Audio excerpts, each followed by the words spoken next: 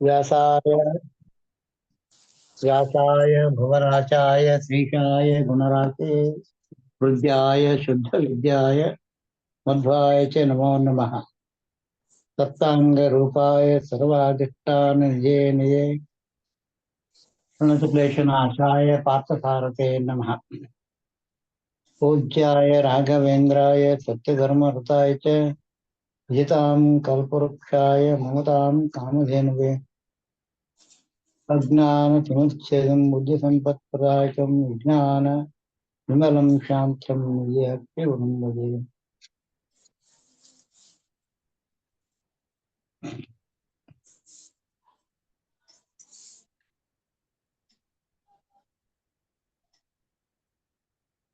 ಸಿದ್ಧಸಾಧನವಿದು ಬಿಂಬಕಾಂಬೋಜಕ್ಕೆ ಪದ್ಮವಲ್ಲಭನಮ್ಮ ವಿಜಯ ವಿಠಲ ಬಲಿಬ ಅಪರೋಕ್ಷೀಕೃತದೀಶ ಸಮುಪೇಕ್ಷಿತ ಭಾವ ಅಪೇಕ್ಷಿತ ಪ್ರಧಾನನ್ನು ರಾಘವೇಂದ್ರಾన్ని ಇಷ್ಟೇ. ರಾಘವೇಂದ್ರ ಸ್ವಾಮಿಗಳು ಅಪೇಕ್ಷೆ ಇಟ್ಟಿದ್ದನ್ನ ಕೊಡ್ತಾರ ಅಂತ ಬರ್ತದೆ. ಇಲ್ಲಿ ಒಂದು ವಿಚಾರ ನಾವು ತಗೋಬೇಕಾಗ್ತದೆ ಅಂದ್ರೆ, ರಾಘವ ಕುಲಕ್ಕೆ ಇಂದ್ರನಾಗಿರ್ತಕ್ಕಂತಹ ರಾಮಚಂದ್ರ ದೇವರು ಏನ್ ಇಚ್ಛೆ ಇದೆ ಅದನ್ನ ಕೊಡ್ತಾರ. ಆ ರಾಮಚಂದ್ರ ದೇವರ ಶಿಷ್ಯನಾಗಿರ್ತಕ್ಕಂಥ ಉಪಾಸನೆ ಮಾಡ್ತಕ್ಕಂತಹ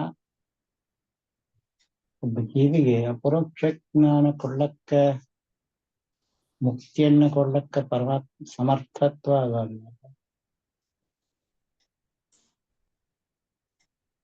ನಮಗೆ ಯಾಕಿಲ್ಲ? ಇದು ವಿಚಾರ ಮಾಡ್ತಕ್ಕಂಥ ಮಾತು. ನಾನು ಹಿಂಗೆ ಅಂತೀನಿ ಅಂತ ಅಪಾರ್ಥ ಮಾಡ್ಕೋಬೇಡ. ರಾಯರಿಗೆ ಮುಕ್ತಿ ಕೊಡಕ್ಕೆ ಸಾಧ್ಯ ಆಗ್ತದ, ಅಂದ್ಮೇಲೆ ಅಪರೋಕ್ಷ ಕೊಡಕ್ಕೆ ಸಾಧ್ಯ ಆಗ್ತದ ಅಂದ್ಮೇಲೆ ನಮ್ಗೆ ಆಗ್ತಲ್ಲ. ಹಲೋ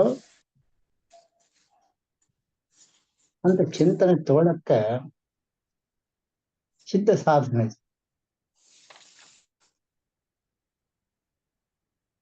ಈ ಒಳಗಿನ ಅಂತರ್ದೀಕ್ಷೆಗೆ ನಾನು ಬಂದ್ರೆ ಇದೆಲ್ಲ ಗೊತ್ತಾಗ್ತದೆ. ಬಹಿರ್ದೀಕ್ಷೆಗೆ ಎಷ್ಟು ಜನ್ಮ ಬೇಕಾದ್ರೂ ಹುಡುಕ್ಲೆಕ್ಕ ಸಮಯ ಕೊಡ್ತಾನೆ ಪರಮಾತ್ಮ. ಅದಕ್ಕೆ 12ನೇ ಸಂಧಿ ಒಳಗೆ ಹೇಳ್ತಾರೆ ದಾಸರ, ದೀರ್ಘ ದ್ವೇಷಗಳ ಬಿಟ್ಟು ಮುದುರಿಂದ ದೀಕ್ಷಿತನಾಗು. ಅಂತರ್ದೀಕ್ಷೆ ಮತ್ತು ಬಹಿರ್ದೀಕ್ಷೆ ಅಂತ. ಈಗ ನಾವು ಇವತ್ತಿನವರೆಗೂ ಚಿಂತನೆಯನ್ನು ಮಾಡ್ಕೊತ ಬಂದೀವಿ. ದಳದ ಉಪಾಸನೆಯನ್ನು ಮಾಡ್ಕೊತ ಬಂದಾಗ ಅಧ್ಯಾಯ 51 ಭಗದ್ರೂಪಗಳ ಉಪಾಸನೆ ಮಾಡ್ಕೊಂಡು ಬಂದಾಗ ಎಲ್ಲಿ ಬಂದಿತ್ತು ಅಂದ್ರೆ ನಮಗೆ ಅಂತರ್ದೀಕ್ಷೆ ಬಂದಿತ್ತು. ಮೇಲಿನ ದಳದ ಉಪಾಸನೆ ಚಾಲು ಮಾಡ್ಬೋದು. 51 ಅಕ್ಷರಾಭಿಮಾನ ದೇವತೆಗಳು 51 ದಳದ ಉಪಾಸನೆ ಮಾಡ್ಕೊಂಡು ಬಂದಾಗ ಅದು ಬಹಿರುಪಾಸನೆ. ನನ್ ರಾಯರ್ನ ಯಾಕೆ ತಗೋಬೇಕಾಯ್ತು? ಇದಕ್ಕೂ ರಾಯರ್ಗೆ ಏನ್ ಸಂಬಂಧಪ್ಪ ಗೋಪಾಲ? ನೀವು ಹಲೋ, ಇದಕ್ಕೂ ರಾಯರ್ಗೆ ಏನ್ ಸಂಬಂಧ ಅಂತ ಕೇಳಿಸ್ತದ? ದಯವಿಟ್ಟು ಅನುಷಾ ಕೇಳಿಸ್ತಾ ಇದೆ. ಆಯ್ತಕ್ಕ. ಯಾಕ ಅಂದ್ರೆ ಮಂತ್ರಾಲಯ ಪ್ರಭುಗಳು ಈ ರೀತಿ ಉಪಾಸನೆ ಅಂದ್ರೆ, ಯಾರೋ ಭಗವದ್ ಭಕ್ತರಿದ್ದರೋ, ಭಗವಂತನ ಕಾಣ್ಬೇಕಂತ ಹಪಪಿ ಇದ್ದರೋ, ಮತ್ತೆ ಭಗವಂತನ ಕಂಡಂತಿರ್ತಾರೋ ಅವರೆಲ್ಲರೂ ಅಂತರ್ದೀಕ್ಷಾ ಪ್ರವೀಣರು. ನಾವು ಆ ರೀತಿ ಅಂತರ್ದೀಕ್ಷೆಗೆ ಹೋಗ್ಬೇಕು.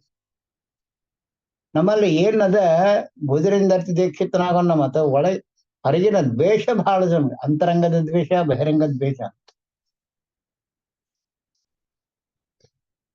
ಆ ದ್ವೇಷ ಬಿಟ್ರೆ ಮಾತ್ರ ದೀಕ್ಷಾಬದ್ಧರಾಗ್ತೀವಿ ನಾವು. ನಾವು ದೀಕ್ಷಾಬದ್ಧರಾಗ್ತೀವಿ ಅಂತಲ್ಲ, ಪರಮಾತ್ಮ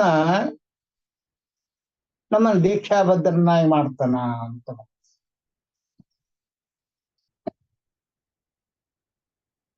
ದ್ವಾದಶದಳದಲ್ಲಿ ಬರ್ತಕ್ಕಂಥ ಧೂಮ್ರ ಅಂತ ಏನ್ ಬಂತಲ್ಲ, ಆ ಧೂಮ್ರ ಅಂದ್ರ ಹೊಗೆ.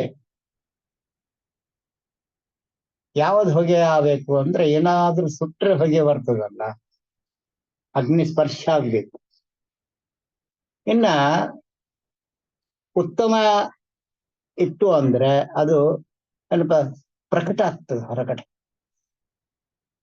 ಧೂಮ್ರ ರಹಿತವಾದ ಅಗ್ನಿ ತೇಜಪುಂಜವಾಗಿರ್ತದ ಅಂತ. ಅಂತಹ ತೇಜಪುಂಜ ಯಾವುದು ಅಂದ್ರೆ ಬಂಗಾರ ಸುಟ್ಟಾಗ ಅದು ನಿಗಿ ನಿಗಿ ನಿಗಿ ಬೆಳಿತಾ ಇರ್ತದೆ, ಹೊಗೆ ಇರಂಗೆ ಅದ್ರಂಗ ಆ ಬಂಗಾರ ಅಂದ್ರೆ ಏನು ಅಂದ್ರೆ ಈ ಬಂಗಾರ ಅಂದ್ರೆ ಬ್ರಹ್ಮದೇವರು ಅಂತ.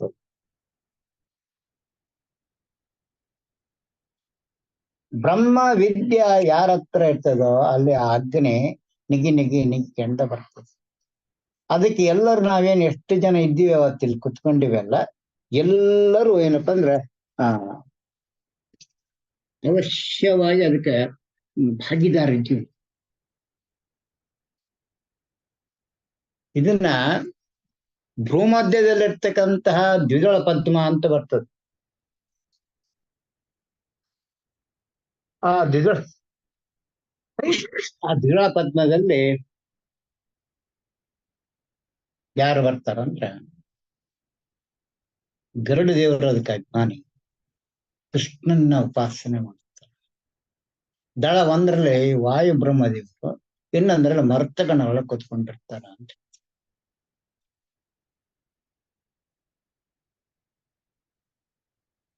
ಈ ಬ್ರಹ್ಮದೇವರು ಓಂ ನಮೋ ಹೇಳಿ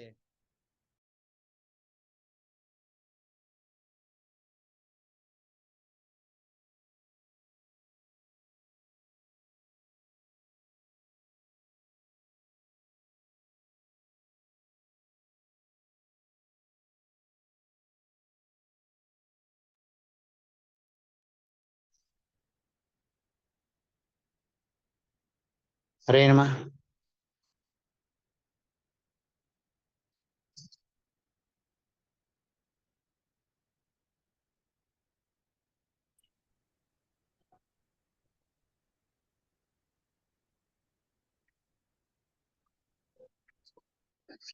ಕೇಳಿಸ್ತದೆ? ಹರೇ ನಮಃ. ಸರಿ ಕೇಳಿಸ್ತದೆ. ಕೇಳಿಸ್ತದೆ. ಅದೊಂದು ಫೋನ್ ಅವಾಗ್ಲೇ ಹೇಳಿದಿನ, ಮತ್ತೆ ಫೋನ್ ಮಾಡ್ತಾ ಇದ್ರು ಅವ್ರು.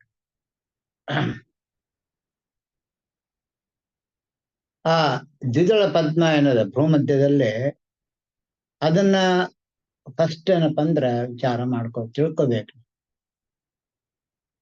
ಆ ಧೂಮ್ರ ಹೋಗ್ಬೇಕು. ಏಕಾದಶಿ ಇಂದ್ರಿಯಗಳು ಜೊತೆಗೆ ಏನಪ್ಪಾ ಅಂದ್ರ ಮಾತೃಕಾ ಮತ್ತ ವಾಯುಪಂಚಕ 10,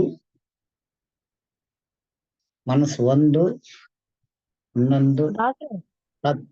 ಹಲೋ ಹೇಳ್ರಿ ಯಾರು? ಅಲ್ಲ, ನಾನು ಗೀತಮ್ಮ. ದ್ವಿದಳ ಪದ್ಮ ಕಂಠದಲ್ಲಿ ಶೋಭಿಪದು ಅಂತ ಬರ್ತದಲ್ರಿ? ಅದರದೇ ಹೇಳ್ತೀನಿ ನಾನು ಇವಾಗ. ಅದು ಭೂಮಧ್ಯದಲ್ಲಿ ಬರ್ತದೆ, 2ದಲ್ಲೇ ಏನಮ್ಮ. 16 ದಳ ಕಮಲ ಆದ ನಂತರ ದ್ವಿದಳ ಕಮಲ ಕೂಡ್ತ ಅಲ್ಲೇ ಓಂ ನಮೋ ಭಗವತಿ ವಾಸುದೇವ ಎಂಬ ಮಂತ್ರ ಉಪಾಸನೆ ಮಾಡ್ತಾ ಇದ್ದಾರೆ ಬ್ರಹ್ಮದೇವರು.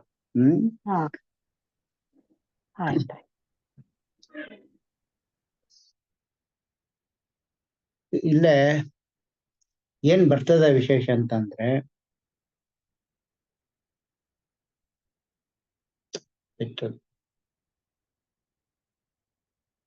ಅಪರೋಕ್ಷ ಜ್ಞಾನ ಬೇಕು ಅಂತ ಯಾರು ಉಪಾಸನೆ ಮಾಡ್ಕೊಂಡು ಹೋಗ್ತಾರೆ, ಅದು ಅಂತರ್ದೀಕ್ಷೆ ಬಹಿರ್ದೀಕ್ಷೆ ಅಂತ 2 ಬರ್ತದೆ. ನಾವು ಸ್ವಲ್ಪ ಏನಾದ್ರು ಮತ್ತೆ ವಿಚಾರ ಮಾಡಬೇಕಾದ್ರೆ ಸ್ವಲ್ಪ ತಡೆಪ ಅಂತ ನಾವು ಈ ಭೂಮಧ್ಯದಲ್ಲಿ ಕೈ ಹಿಡ್ಕೋತೀವಿ ನಾವು. ಅಲ್ಲೇ ಅವಾಗ ಜನ್ಮಾಂತರದ ಈ ಜನ್ಮದ್ದು ಇದು ನೆನಪು ಬರ್ತದೆ. ಆ ರೀತಿ ಭೂಮಧ್ಯ ತಪೋಲೋಕ ಅದು ಬರ್ತಕ್ಕಂಥ ಭೂಮಧ್ಯದಲ್ಲಿ ಬರ್ತಕ್ಕಂಥ 2 ದಳ ಕಮಲದಲ್ಲಿ ಬರ್ತಕ್ಕಂಥ ಯಾರೋ ಆ ಮರುತ್ತಗಣದವ್ರು ಏನ್ ಮಾಡ್ತಾರ, ವಿಶೇಷವಾಗಿ ಸಾಧನಕ್ಕೆ ಹಚ್ತಾರ. ಆ ಮರುತ್ತಗಣದವ್ರು ಎಲ್ಲಿ ಬರ್ತಾರ ಅಂದ್ರೆ ಭೂಲೋಕದಾಗೂ ಬರ್ತಾರ. ಒಂದ್ ದಳ ಪೂರ ಅವ್ರದೇ ಕಾರಣ. ಅಂತರ್ದಿಕ್ಷೆ ಬಹಿರ್ದಿಕ್ಷೆ 2 ಕಡೆಗೆ ಅವ್ರ ಮರ್ತಗಣದರ ಉಪಾಸನೆ ಬಹಳ ಅದ್ಭುತವಾದ ಚಿಂತನೆ ಅವ್ರು ಮಾಡ್ತಕ್ಕಂಥ ಕಾರ್ಯ. ಯಾರು ಅವ್ರ ವಿಚಾರವನ್ನ ಸರಿಯಾಗಿ ಹಿಡ್ಕೊಂಡು ಹೋದ್ರು. ಯಾಕಂದ್ರ 49 ಮಂದಿ ಮರ್ತ ದೇವತೆಗಳು ಏನಪ್ಪಾ ಅಂದ್ರ ಇಂದ್ರನ ಅನುಜರಾಗಿ ಹುಟ್ಟಿ ಬಂದಿರ್ತಾರ. ಜೀವಾಭಿಮಾನಿ ಇಂದ್ರದೇವರ ಅನುಜರಾಗಿ ಉಪೇಂದ್ರನ ಉಪಾಸನೆ ಮಾಡ್ತಾ ಇರ್ತಾರೆ. ಇಲ್ಲೇ ಗರುಡ ದೇವರು ಇದಕ್ಕೆ ಅಭಿಮಾನಿ ಜೀವ 2 ದಳ ಕಮಲಕ್ಕ ಅಂದ್ರ ನನಗ ಗರುಡ ಮಾರ್ಗ ಹೋಲಕ್ಕ ಇವರೆಲ್ಲರೂ ಸಾಥಿ ಕೊಡ್ತಾರೆ. ಅಂತರ್ದೀಕ್ಷೆ ಮತ್ತು ಬಹಿರ್ದೀಕ್ಷೆ ಎರಡು ವಿಚಾರ ಬರ್ತದಲ್ಲ. ಇಲ್ಲೇ ಕಂಠದಲ್ಲಿ ಇಂದ್ರ ಯೋನಿಗಿಂತ ಮೇಲೆ ಬರ್ತಕ್ಕಂಥದ್ದು ಒಂದು ದಳ ಬರ್ತದೆ. ಅದೇ ಒಂದ್ ದಳ ಮೇಲೆ ಏನಪ್ಪಾ ಅಂದ್ರ ಭೂಮಧ್ಯದಲ್ಲಿ ಬರ್ತದೆ. ಹಿಂಗಾಗಿ ಉಪಾಸಕರಿಗೆ ಅದು ಬಹಳ ಕೆಳಗೆ ಇಳಿದಾಗ ಮಾತ್ರ ಗೊತ್ತಾಗ್ತದೆ. ಒಳಗೆ ಇಳಿಬೇಕು, ಬಹಳ ಇಳಿಬೇಕು. ಇಳಿದಂಗೆಲ್ಲ ಈ ಬೆಳಕು ಅದು ಏನಪ್ಪಾ ಅಂದ್ರ ಅಲ್ಲಿ ಕಂಠದೊಳಗೆ ಬರ್ತಕ್ಕಂಥ ಸಮಯದೊಳಗ ಆ ನೀಲಿ ರಕ್ತ ಮತ್ತು ಕೆಂಪ ರಕ್ತನಾಳದ ಉಪಾಸನೆ ಯಾವ ರೀತಿ ಬರ್ತದೋ, ಅನಂತ ಬ್ರಹ್ಮಾಂಡದ ಎಲ್ಲ ನರನಾಡಿಗಳು ಅಲ್ಲಿ ಯಾವ ರೀತಿ ಬರ್ತದ ಎಂಬುದನ್ನ 12ನೇ ಸಂಧಿಗೆ ಏನಪ್ಪಾ ಅಂದ್ರ ಬಹಳ ವಿಶೇಷ ವರ್ಣನೆ ಮಾಡಿದ್ದಾರೆ. ಈಗ ನಮಗೆ ಅವ್ಯಕ್ತವಾಗಿರ್ತಕ್ಕಂತಹ ಈ ದಳಗಳವೆಲ್ಲ ಸುಷುಮ್ನ ನಾಡಲ್ಲಿ ಬರ್ತಕ್ಕಂಥ ರೂಪ. ಸುಷುಮ್ನ ನಾಡಲ್ಲಿ ಬರ್ತಕ್ಕಂಥ ರೂಪ ಎಲ್ಲಿ ಬರ್ತದೆ ಅಂದ್ರೆ ಈ ಪ್ರಯಾಗ ಕ್ಷೇತ್ರದಲ್ಲಿ ಅಲ್ಲಿ 2 ಕುತ್ಕೊಂಡು ಒಂದು ಆ ಅನ್ನನಾಳಕ್ಕೂ ಮತ್ತು ಶ್ವಾಸನಾಳಕ್ಕೂ ಅಂತ ನಾನು ನಿನ್ನೆ ಹೇಳಿದ್ದೆ, ಮೊನ್ನೆ. ಈಗ ಇಲ್ಲಿ ಬಂದಾಗ ಆ ಕಾಂತಿ ಅಂತ ಬರ್ತದೆ ನಮಗೆ ವಿಶೇಷವಾಗಿ. ಆ ಕಾಂತಿ ಯಾವುದಂದ್ರೆ ಇಲ್ಲಿ ಕುತ್ಕೊಂಡು ನಾನು ಧ್ಯಾನ ಮಾಡಿದಾಗ ಅಲ್ಲಿ ಗೀತಕ್ಕೆ ಏನ್ ಮಾಡ್ಲಕತ್ತಾಳ, ಗೀತಕ್ಕೆ ಏನ್ ಓದ್ತಾಳ, ಶೋಭಕ್ಕ ಏನ್ ಮಾಡ್ತಾಳ, ಅಲ್ಲೇ ರಾಧಕ್ಕ US ನಾಗ ಏನ್ ಮಾಡ್ತಾಳ, ಏನ್ ಓದ್ತಾಳ ಅಂತ ಅವ್ರ ಅನುಗ್ರಹ ಆಯ್ತಂದ್ರ, ಮರ್ತಗಣಗಳ ಅನುಗ್ರಹ ಆಯ್ತಂದ್ರೆ, ವಾಯುಬ್ರಹ್ಮದೇವರ ಅನುಗ್ರಹ ಆಯ್ತು ಅಂದ್ರೆ ಇಲ್ಲೇ ಕುತ್ಕೊಂಡ ನಾನು ನೋಡ್ಕೋಬಹುದು. ಇದು ಉಪಾಸನೆಗೆ ಅಂತ ಬಹಿರುಪಾಸನೆ ಆಗ್ತದೆ. ಇದರಲ್ಲಿ ಏನಾಗ್ತದೆ ಅಂದ್ರೆ ನಾನು ಒಂದು ವ್ಯಕ್ತಿಯ ಉಪಾಸನೆ ನೋಡ್ಕೊಂಡು ಅದನ್ನೇ ತೃಪ್ತಿ ಆಗ್ಬಿಡ್ತೀನಿ. ಇವತ್ತಿನ ಇದಕ್ಕೆ ಸಾಧನೆಗೆ ಬರ್ತಕ್ಕಂಥ ರೂಪ ಕುಂಡಲಿ ಜಾಗೃತಿ ಆದಾಗ ಇಲ್ಲಿ ಭೂಮಧ್ಯದಲ್ಲಿ ಯಾಕೆ ಇದನ್ನ ಉಪಾಸನೆ ಮಾಡ್ತಾರ ಅಂತಂದ್ರೆ ಅಲ್ಲಿ ಸುದರ್ಶನ ಚಕ್ರ ಅಂತ ಬರ್ತದೆ. ಆ ಚಕ್ರದೊಳಗ ಇದನ್ನ ಉಪಾಸನೆ ಆಗ ಬರೇ ಮರ್ತರ ಉಪಾಸನೆ ಮಾಡ್ಕೊಂಡ್ರೆ ಇಷ್ಟಕ್ಕೆ ಹೋಗ್ಬಿಡ್ತದೆ. ಅಲ್ಲೇ ಗರುಡ ದೇವರ ಉಪಾಸನೆ ಮತ್ತು ವಾಯುಬ್ರಹ್ಮದೇವರ ಉಪಾಸನೆ 2ನೇ ದಳದಲ್ಲಿ, ಒಂದೊಂದು ದಳದಲ್ಲಿ 500 ಏನಪ್ಪಾ ಅಂದ್ರೆ ಶ್ವಾಸಮಂತ್ರ ಜಪವನ್ನು ಮಾಡ್ಕೊಂಡು ವಾಯುದೇವರು ಅದನ್ನ ತಗೊಂಡು ಹೋದಾಗ ನನಗ ಅದಕ್ಕಿಂತ ಮೇಲ್ಮಟ್ಟ ಹೋಗ್ತಕ್ಕಂಥ ನಕ್ಷತ್ರ ಮಂಡಲದಿಂದ ಮೇಲೆ ಹೋಗ್ತಕ್ಕಂಥದ್ದು ಒಂದು ಒಳ ಇರ್ತಕ್ಕಂಥ ಇಂದ್ರ ಯೋನಿಯಿಂದ ಒಳಗಡೆ ಹೋಗ್ಲಿಕ್ಕ ಈ ವಾಯುದೇವರಲ್ಪ ಬ್ರಹ್ಮದೇವರು ನನಗ ತೈಜಸ್ಸನ ಅನುಗ್ರಹ ಕೊಟ್ಟು ನಮ್ಮನ್ನ ದೇಹದ ಒಳಭಾಗದಲ್ಲಿ ಸುಷುಮ್ನ ನಾಡಿಯ ಒಳಭಾಗದಲ್ಲಿ ಕರ್ಕೊಂಡು ಹೋಗಲಿಕ್ಕೆ ಸಾಧನ ಆಗ್ತದೆ. ಜೊತೆಗೆ ಸಹಸ್ರಧಾರ ಅಂತ ಬರ್ತದೆ, ಇನ್ನೊಂದು 1000 ದಳ ಕಮಲ ಬರ್ತದೆ, ಅದ್ರ ಮೇಲೆ 12 ದಳ ಕಮಲ ಬರ್ತದೆ. ಹಯಗ್ರೀವ ದೇವರ ಉಪಾಸನೆ, ವಾಸುದೇವನ ಉಪಾಸನೆ 2 ಕಡೆ ಆಗ್ತದೆ. ವಾಸುದೇವನ ಉಪಾಸನೆ ಇಲ್ಲೇ ವಾಯು ಬ್ರಹ್ಮದೇವರನ್ನು ಮಾಡ್ತಾರೆ. ಅಂದ್ಮೇಲೆ ಇದೇ ಬ್ರಹ್ಮದೇವರು ಶಿರದಲ್ಲಿ ಸಹಸ್ರದಳ ಕಮಲದಲ್ಲಿ ಬರ್ತಕ್ಕಂತಹ ರೂಪ ಅಲ್ಲೇ ವಾಸುದೇವನ ಉಪಾಸನೆ ಮಾಡ್ಕೊಂಡಿರ್ತಾರ. ಇಲ್ಲಿ ಮುಕ್ತ ಬ್ರಹ್ಮರಯ್ಯ ಏನಪ್ಪಾ ಅಲ್ಲಿ ಕುತ್ಕೊಂಡು ಪಾಠ ಹೇಳ್ತಾ ಇದ್ರು. ಅಂದ್ರೆ ಈ ಬ್ರಹ್ಮದೇವರು ಮುಕ್ತಿ ಬರಲ್ವರೆಗೂ ಆ ಋಷಿಗಣಸ್ಥರಿಗೆಲ್ಲರಿಗೂ ಪಾಠ ಆಗ್ತಾ, ಈ ದೇಹದಾಗ ಎಷ್ಟು ಜನ ಋಷಿಗಣಸ್ಥರು ಅವರಿಗೆಲ್ಲ ಪಾಠ. ಅಲ್ಲಿಂದ ಮುಕ್ತರಾಗಿರ್ತಕ್ಕಂಥ ಬ್ರಹ್ಮದೇವರು ಹಯಗ್ರೀವ ದೇವರ ಉಪಾಸನೆ, ಮುಕ್ತ ಬ್ರಹ್ಮದೇವರು ಮುಕ್ತ ಬ್ರಹ್ಮದೇವರಿಗೆ ಎಲ್ಲರಿಗೂ ಈಗ ಆದಂತ ಅಲ್ಲಿ ಅನೇಕ ಜನ ಕುತ್ಕೊಂಡಿರ್ತಾರೆ. ಅವರಿಗೆ ಹಯಗ್ರೀವ ದೇವರ ಅಂತಂದ್ರೆ ಉಪಾಸನೆ ಜ್ಞಾನವನ್ನ ಬೋಧನೆ ಮಾಡ್ತಾ ಇರ್ತಾರ. ಇದು ಪ್ರತಿ ಮುಕ್ತರ ಶಿರೋದಲ್ಲಿರ್ತಕ್ಕಂಥ ರೂಪ ಚಿಂತನೆ ನಾವು ಇದನ್ನೆಲ್ಲ ನೋಡ್ಬೇಕಂತಂದ್ರೆ ಈಗ ಈ ತನಕ ಇದೇ ಕೆರಮಿ ಹಕ್ಕಲ್ಲ ಜ್ಞಾನಚಕ್ಷುಯಿಂದ ನೋಡ್ಕೊಂಡು ಹೋಗ್ಬೇಕಾದ್ರೆ ಇವರೆಲ್ಲ ಉಪಾಸನೆ ನನಗೆ ಸಿದ್ಧಿ ಆಗ್ಬೇಕಾಗ್ತದೆ. ಆ ಸಿದ್ಧಿಗೆ ಏನಪ್ಪ ಅಂದ್ರೆ ನಾವು ಲಬ್ಧ ಆಗ್ಬೇಕಂದ್ರೆ ಅವ್ರ ಸಮೀಪ ಆಗ್ಬೇಕು. ಅವ್ರ ಸಮೀಪ ಆಗ್ಬೇಕಾದ್ರೆ ಈ ಉಪಾಸನೆ ನಾನು ಬರ್ಬೇಕಾಗ್ತದೆ. ಇಲ್ಲೇನಾಗ್ತಾರೆ ಬ್ರಹ್ಮವಾಯುಗಳೇ ಏನಪ್ಪ ಅಂದ್ರೆ ಅಭಿಮಾನಿಗಳಾಗ್ತಾರೆ. ಶ್ರೀ ಕೃಷ್ಣ ನಿಯಾಮಕ ಅಂತ ಬರ್ತದೆ. ಕೃಷ್ಣ ಯಾಕೆ ಇಲ್ಲ ನಿಯಾಮಕ ಆಗ್ತಾನ, ಗರುಡ ದೇವರು ಯಾಕೆ ಇಲ್ಲ ಆತನ ಉಪಾಸನೆ ಮಾಡ್ತಾರ? ಆರುಗಳ ಕಮಲದಲ್ಲಿ ಏನಪ್ಪ ಗಣಪತಿ, ಪ್ರದ್ಯುಮ್ನ, ಇಲ್ಲ ಕೃಷ್ಣ. ಹೈಗ್ರೀವ, ಕೃಷ್ಣ, ಮತ್ತೇನಪ್ಪ ಅಂದ್ರೆ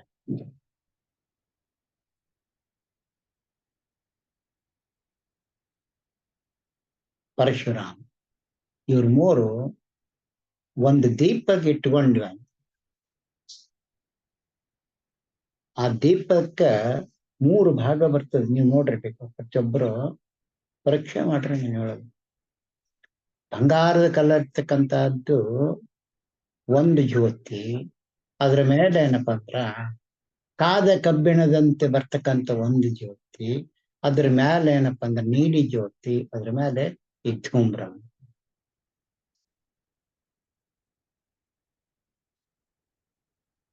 ಇಲ್ಲೇ ಆಮೇಲೆ ಧೂಮ್ರಕ್ಕ ಆ ನೀಲಿ ಜ್ಯೋತಿ ಬಹಳ ಏನಾಗ್ತದೆ, ಬಿಸಿ ಇರ್ತದೆ. ಕೆಳಗಿನ ಏನಪ್ಪ ಬಂಗಾರದ ಬಣ್ಣದ ಜ್ಯೋತಿ ಇರ್ತದೆ, ಅಲ್ಲೇ ನಾವು ಬಟ್ಟಿಟ್ರೆ ಸುಡಂಗಿಲ್ಲ. ಆ ಧೂಮ್ರ ಯಾವುದಂದ್ರೆ ನನ್ನ ಜನ್ಮಾಂತರದ ವಿಷಯದ ವಾಸನೆನೇ ಧೂಮ್ರ ಆಗಿ ಬರ್ತದೆ. ಅದನ್ನ ಇಲ್ಲಿ ಯಾರು ವಿವಸನ್ ನಾಮಕ ಸೂರ್ಯ ಏನ್ ಮಾಡ್ತಾನ, ಅಲ್ಲೇ ಇದ್ದದನ್ನ ಸುಟ್ಟು ಹೊರಗಡೆ ಕಳಿಸ್ತಾ ಇರ್ತಾನೆ.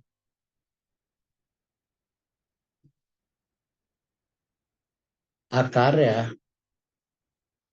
ವಿಶೇಷವಾಗಿರ್ತದೆ. ಅದರಿಂದ ಹೆಂಗೆ ನನ್ನ ಜನ್ಮಾಂತರ ದೋಷ ನಿವಾರಣೆ ಆಗ್ತಾ ಹೋಗ್ತದೋ ಹಂಗಂಗೆ ಏನಪ್ಪ ಅಂದ್ರ ನನಗ ಆ ದೃಶ್ಯಗಳು ಹೆಚ್ಚು ಪ್ರಮಾಣ ಬರ್ತಾ ಹೋಗ್ತದೆ. ಇಲ್ಲೇ ವಿಶ್ವನ ಉಪಾಸನೆ ಮಾಡ್ಕೊಂಡು ಹೋದ್ರೆ ಸುದರ್ಶನ ಮಹಾಜ್ವಾಲ ಅಂತ ಬರ್ತಲ್ಲ, ಆ ಸುದರ್ಶನ ಉಪಾಸನೆ ಬರ್ತದೆ. ಅದು ಆಗ್ನೇಯ ಚಕ್ರಕ್ಕೆ ಗೊತ್ತಾಗ್ತದೆ. ಆಗ್ನೇಯ ಚಕ್ರದಿಂದ ಒಳಗೆ ಹೋಗ್ತಕ್ಕಂಥ ಕಾರ್ಯ ಬೇರೆ, ಆಗ್ನೇಯ ಚಕ್ರದಿಂದ ಮತ್ತೆ ಹಿಂದಕ್ಕೆ ಹೋಗ್ತಕ್ಕಂಥ ಬೇರೆ. ನಾವು ಕುಳ್ಳೆ ಜಾಗೃತಿ ಮಾಡ್ಕೊಳ್ತೀವಿ ಅಂತ ಹೇಳ್ತಾ ಇದ್ದಾರೆ. ಆ ಮರ್ತಗಣದವರು ಕೆಳಗಿಂದ ಮೇಲೆ ಬರ್ತಾರೆ. ಆ ಪಂಚಭೂತಗಳ ಚಿಂತನೆ ತಗೊಂಡು ಎಲ್ಲ ಫೈನಲ್ ಕಾರ್ಡಿಂದ ಮೇಲೆ ಬರ್ತಾ ಇರ್ತಾರೆ. ಅವ್ರಪ್ಪ ಗೊತ್ತಾಗಬೇಕು. ನಾನು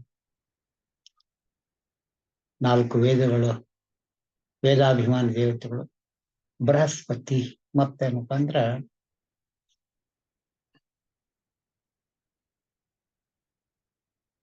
ಚಂದ್ರ,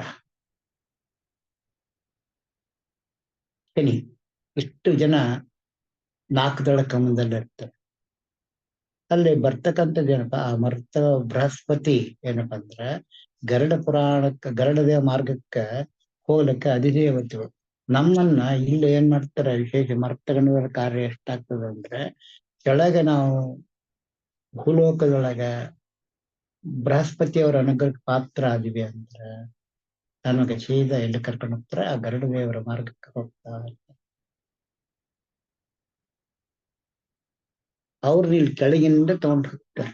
ಅಲ್ಲೇ ಸುಷುಮ್ನ ನಾಡಿಯ ಮುಖಾಂತರ ಒಳಗ ದರ್ಶನ ಮಾಡ್ತಾ ಮಾಡ್ತಾ ಮಾಡ್ತಾ ಮೇಲೆ ಹೋಗ್ತಾರೆ. ಅಲ್ಲಿ ಬರ್ತದೆ ಜನೋಲೋಕ, ತಪೋಲೋಕ ಅಂತ. ಈ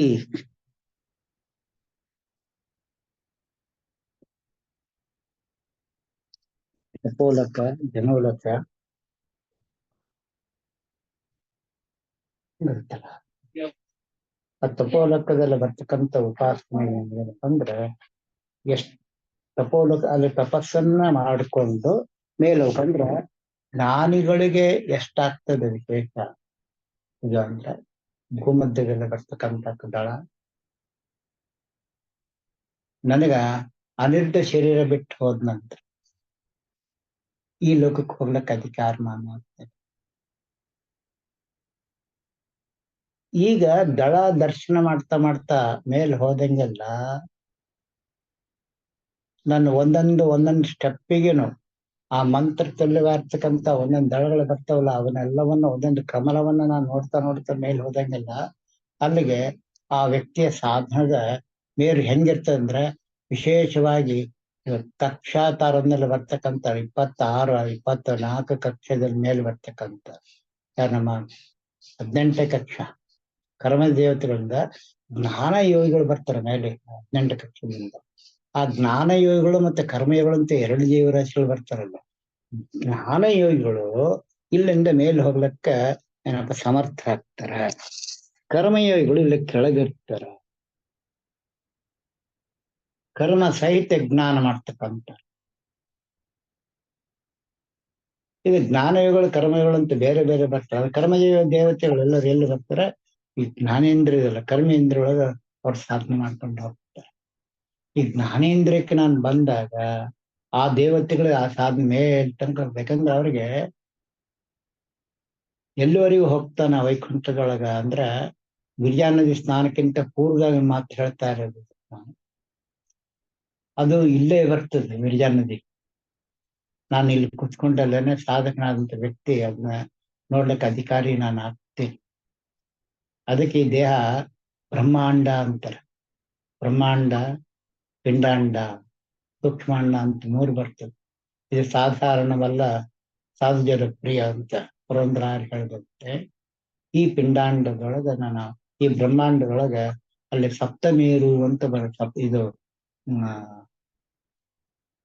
ಸತ್ಯಲೋಕ ತನಕ ಹೋಗ್ತದೆ. ಸತ್ಯಲೋಕದಿಂದ ವೈಕುಂಠಕ್ಕೆ ಹೋಗ್ಬೇಕಾದ್ರೊಳಗ ಈ ಹಾದಿ ಬರ್ತದಲ್ಲಿ 7 ಸಪ್ತ ಪ್ರಾಕಾರಗಳು ಉಳ್ಳಂತ ವೈಕುಂಠದಲ್ಲಿ ಇಲ್ಲಿಗೆ ಹೋಗ್ತಾರೆ. ಕರ್ಮದೇವತೆಗಳು ಹೋಗ್ತಾರೆ. ಅಲ್ಲಿಂದ ಎಲ್ಲಿಗೆ? ಕರ್ಮದೇವತೆಗಳು 1ನೇ ಪ್ರಾಕಾರ 2ನೇ ಪ್ರಾಕಾರಕ್ಕೆ ಹೋಗ್ತಾರೆ. ಮುಂದೆ ಜ್ಞಾನ ಯೋಗಗಳ ಸಾಧನೆ. ಅದಕ್ಕೇನೆ ಜ್ಞಾನಿಗಳಿಗೂ ಕರ್ಮಯೋಗಿಗಳಿಗೂ ಬಹಳ ವ್ಯತ್ಯಾಸ ಅನ್ನೋದು ಇದನ್ನೇ ಭಾಗವತದಲ್ಲಿ ಬರ್ತಕ್ಕಂಥ ಮಾತನ್ನ ಆ ಸನಕ ಸನಂದನ ಸನತ್ ಕುಮಾರಾದಿಗಳು ವೈಕುಂಠದ ಒಳಗಡೆ ಹೋಗ್ಲಿಕ್ಕೆ ಪ್ರಯತ್ನ ಪಡ್ತಾರೆ. ಈ ಕರ್ಮಯೋಗಿಗಳು ಇವ್ರು ಜ್ಞಾನಯೋಗಿಗಳು. ಕರ್ಮಯೋಗಿಗಳು ನಿನಗೆ ಹೋಗ್ಲಿಕ್ಕೆ ಅವಶ್ಯ ಹಾದಿ ಇಲ್ಲ ಅಂತ ಹೇಳಿ ನಿಲ್ಲಿಸ್ತಾರೆ. ಅಲ್ಲಿ ತನಕ ಕರ್ಮಯೋಗಿಗಳು ಹೋಗ್ತಾರೆ. ಸನತ್ ಕುಮಾರಾದಿಗಳು ಜ್ಞಾನಯೋಗಿಗಳು. ಆದ್ರೆ ಪರಮಾತ್ಮ ಸಂಕಲ್ಪ ಜ್ಞಾನ ಗೊತ್ತಿದ್ರು ಅಲ್ಲಿ ಏನಾಗ್ತದೆ ಒಳಗಡೆ ನಮ್ಗ ಅಮುಕ್ತ ಏನಪ್ಪಾ ಅಂದ್ರ ವೈಕುಂಠ ತನಕ ಹೋಗ್ಬೋದು ಜ್ಞಾನಯೋಗಿಗಳು. ಮುಕ್ತ ವೈಕುಂಠಕ್ಕೆ ಅಂದ್ರೆ ನಾನು ಇನ್ನ ಮುಕ್ತಿನ ಆಗಿಲ್ಲ, ಹೋಗ್ಬೇಡ ಅಂತ ಮಾತನ್ನ ನಮ್ಗಲ್ಲಿ ತೋರಿಸ್ಕೊಡ್ತಾರೆ. ಈ ಜ್ಞಾನ ನಮ್ಗೆ ಎಲ್ಲಿ ಬರಬೇಕಂದ್ರೆ, ಬ್ರಹ್ಮದೇವರು ವಾಯುದೇವನ ಉಪಾಸನ ಒಂದು ದಳಕ್ಕೆ 500 ಶ್ವಾಸದಳವನ್ನ ವಾಯು ಹಂಸಮಂತ್ರವನ್ನು ಮಾಡ್ತಾರೆ ಭೂಮಧ್ಯಗೊಂಡು. ಅಲ್ಲೇನಪ್ಪಾ ಅಂದ್ರ ತಪೋಲೋಕ ಅದು. ಅಲ್ಲಿ ಏನಾಗ್ತದ ಈ ಉಪಾಸನೆ ಮಾಡ್ತಾ ಮಾಡ್ತಾ ಹೋದಂಗೆಲ್ಲ ಅಲ್ಲೇ ಗರುಡದೇವರ ಉಪಾಸನೆ ಬರ್ತದೆ. ಅವಾಗ ನನಗೆ ಪರಿಪೂರ್ಣವಾದ ಜ್ಞಾನ ಪ್ರಕಟ ಆಗ್ತದೆ. ವೇದೋತ್ತಮನಾದ ಶ್ರೀಮನ್ ನಾರಾಯಣನ ವೇದ ಮಂತ್ರೋಕ್ತವಾಗಿ ಏನಪ್ಪಾ ಅಂದ್ರ ಯಾವ್ದು ಸೂತ್ರ ನಮ್ಗೆ ಗೊತ್ತಾಗ್ತದ ಅಂತಂದ್ರ ಓಂ ಸತಂತ್ರ ಕರ್ತತ್ವ ಓಂ ಅಂತ ಮೊದಲು ಸೂತ್ರ, ಓಂ ಅಥಾತೋ ಬ್ರಹ್ಮ ಜಿಜ್ಞಾಸ ಎಂಬ ಸೂತ್ರ, ಆಮೇಲೆ ಬರ್ತಕ್ಕಂಥ ಓಂ ಸ್ವತಂತ್ರ ಕರ್ತತ್ವ ಅಂಬೋದು ಇವರಿಗೆ. ತದ್ ನಂತರ ಓಂ ಶಾಸ್ತ್ರ ಯೋನಿತ್ವ ಓಂ ಎಂಬ ಒಂದು ಸೂತ್ರ ಬರ್ತದೆ. ಓಂ ಶಾಸ್ತ್ರ ಯೋನಿತ್ವ ಓಂ ಅಂದ್ರ ಶಾಸ್ತ್ರದಲ್ಲಿ ಯೋನಿ ಅಂತ ಹುಟ್ಟು ಅಂತ ಹೇಳ್ತೀವಿ ನಾವು. ಶಾಸ್ತ್ರದಿಂದ ಹುಟ್ಟತಕ್ಕಂಥ ಪರಮಾತ್ಮ ಒಬ್ಬತ್ನೇ ಅಂತಹ ಶಾಸ್ತ್ರಜನ್ಯವಾಗಿರ್ತಕ್ಕಂತಹ ರೂಪವನ್ನ ನಾನು ನೋಡ್ಲಕ್ಕ ಆ ದ್ವಿದಳ ಕದ್ಮಕ ಆ ಕಂಬದಲ್ಲಿರ್ತಕ್ಕಂಥ ರೂಪ ಉಪಾಸನೆ ಮಾಡ್ಬೇಕು. ಸೂತ್ರ ಉಪಾಸನೆ ಅಂತ ಓದ್ತೀವಿ ನಾವು, ಅರ್ಥ ಗೊತ್ತಾಗ್ತದ. ಆದ್ರೆ ಅದು ಹುಟ್ಟು ಇದಕ್ಕೊಂದು ಸಣ್ಣದ್ ಹೇಳ್ತಾರೆ ದಾಸರಾಯರು. ಏನಪ್ಪಾ ಅಂದ್ರೆ 1ನೇ ಸಂಜೆಯೊಳಗೆ ಹೇಳ್ತಾರೆ, ನಾವು ಅದನ್ನ ಅರ್ಥ ಮಾಡ್ಕೋಬೇಕಷ್ಟೆ.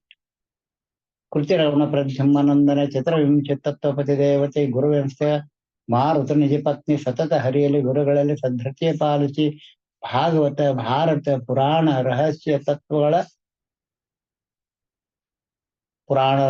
ಅರಿಪು ಕನ್ನಡದಲ್ಲಿ ಅಂತ ಹೇಳ್ತಾರೆ. ಅಂದ್ರೆ ಇಲ್ಲೇ ಎಲ್ಲಿ ಹೇಳ್ತಾಳ ಭೂಮಧ್ಯದಲ್ಲಿರ್ತಕ್ಕಂತಹ ಭಾರತೀ ದೇವಿ ಸರಸ್ವತಿ ದೇವಿ ನಮಗ ಏನ್ ಹೇಳ್ತಾರ ಆ ರಹಸ್ಯವನ್ನು ಹೇಳ್ತಾರೆ. ಇದು ಒಳಗಿನ ರಹಸ್ಯ. ಅಲ್ಲಿ ಭಾಗವತಲ್ಲಿ ನಾಳೆ ಶ್ರಾವಣ ಮಾಸ ಬಂತು, ಗೋಕುಲಾಷ್ಟಮಿ ಅಂತ ಮಾಡ್ತೀವಿ.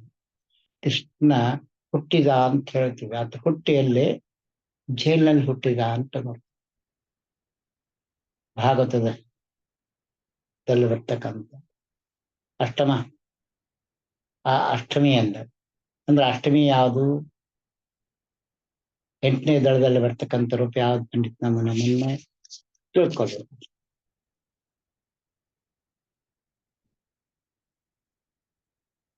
ಇಲ್ಲೇ ಅಂದ್ರೆ ವಿವತ್ಸನಾಮಕ ಸೂರ್ಯ ಮತ್ತೆ ಕಲಾ ಸ್ತ್ರೀ ರೂಪ ಅಂತ ದಾವಿಸ್ತಳ ಕೆಳಗೆ ಬರ್ತಕ್ಕಂಥ ರೂಪ ಅಷ್ಟಮಿ. ಸೃಷ್ಟಿ, ಸ್ಥಿತಿ, ಲಯ, ನಿಯಮನ, ಜ್ಞಾನ, ಅಜ್ಞಾನ, ಬಂಧ, ಮೋಕ್ಷ ಈ ಅಷ್ಟ ಕರ್ತೃತ್ವ ಇರ್ತಕ್ಕಂಥ ಅಷ್ಟಮಿ. ಈ ಕರ್ತೃತ್ವ ಯಾರು ಮಾಡ್ತಾನ? ಕೃಷ್ಣ ಹುಡ್ತಾನ, ಕೃಷ್ಣ ಮಾಡ್ತಾನ. ಈ ಕೃಷ್ಣ ಎಲ್ಲಿ ಹುಟ್ಟಬೇಕು? ಆ ಜೀವಿ ಹತ್ರ ಹುಟ್ಟಬೇಕು. ಸ್ವಲ್ಪ ನೆನ್ಪಿಟ್ಟುಕೊತ್ ಮಾತು. ಈ ಎರಡು ದಳ ಕಮಲದ ವಿಶೇಷ ಉಪಾಸನೆಯಿಂದ ನನ್ಗೆ ಗೊತ್ತಾಗ್ತಕ್ಕಂಥ ಕಾರ್ಯ ಪದ್ಮ ಕಂಠದಲ್ಲಿ ಅಂತ ಹೇಳ್ತಾರೆ.